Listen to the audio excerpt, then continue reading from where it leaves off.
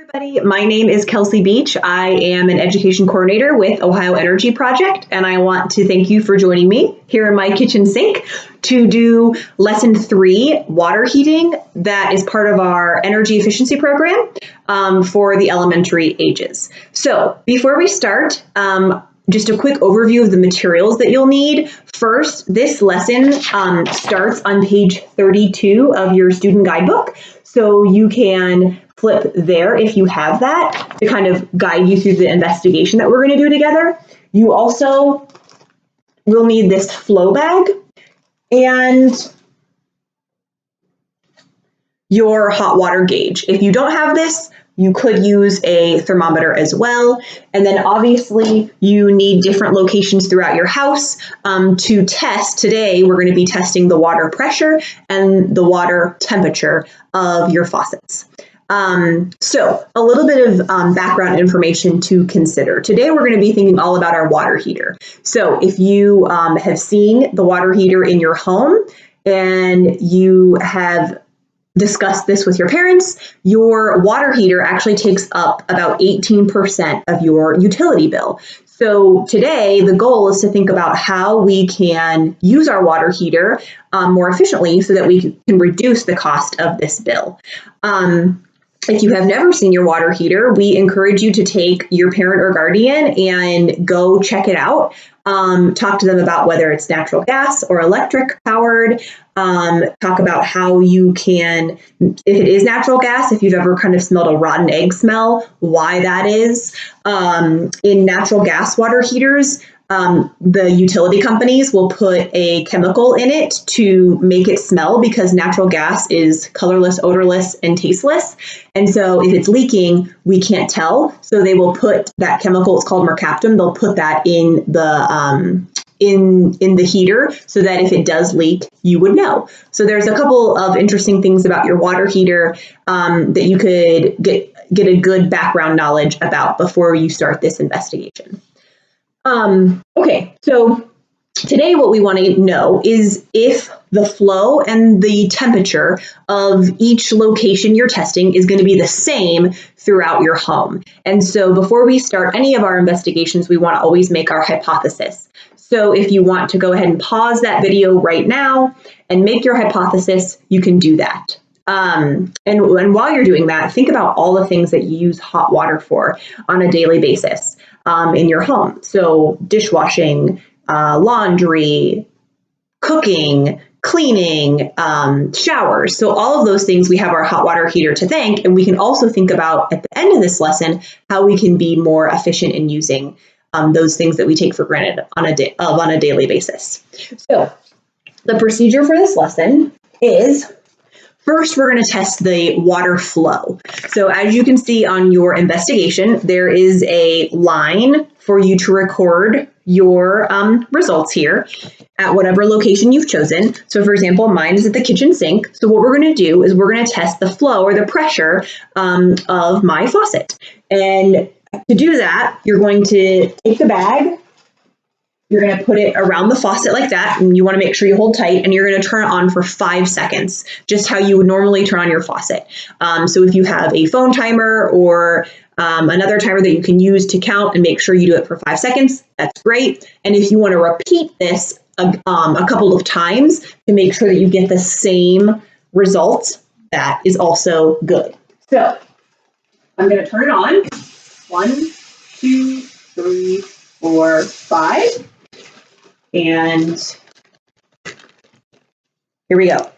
So I have to look at the correct column here. So I use my faucet, and if you can see, it filled up to about this 1.5 gallon per minute mark. And if I look at the water level, this is the EPA WaterSense guideline. So this is telling me that my faucet, when it is turned on, it's coming out at an efficient rate. If your water, say, is at this mark, the 4 gallons per minute mark, you can see that that is not efficient. And your faucet, your aerator, it's not working efficiently. So if you change that, you can save yourself $11 a year on your utility bill. And so think about if you have efficient aerators on every faucet, you can save yourself a lot of money on that bill. And the aerator looks like this. And this is also in your student kit. So what you want to do is you want to repeat that on all of the locations and record the water flow. And then you can draw some conclusions about whether or not your aerators are working efficiently. Okay, the next part of this experiment is to test the hot water.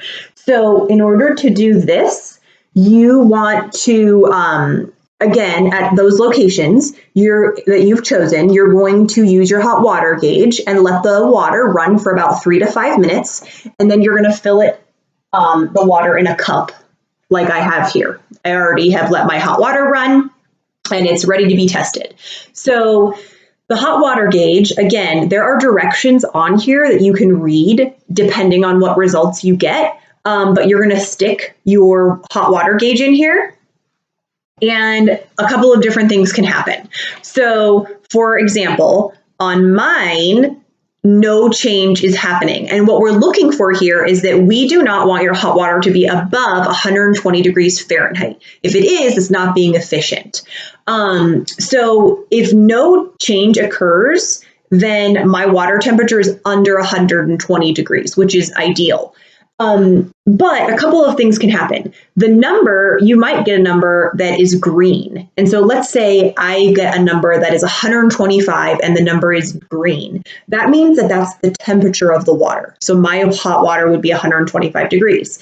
But you might get something else. Maybe you get a red number that says 150. Well, that means that the temperature is 150 or more. So you would want to make some changes to your hot water. You might get a blue number. If your blue number, let's say your blue number is 115, that would mean that the temperature is more than that number. So there are some things that you need to read on this card depending on your own results. And then again, you would record the temperature on your investigation page on page 32. So once you've tested all the locations in your house, you should be able to decide whether or not the flow of your faucets is one, constant, is it the same at each faucet or is it different? And do I need to change my aerator? And then two, you should be able to see if the temperature, the hot water temperature of each faucet is the same, and is it greater or less than 120 degrees.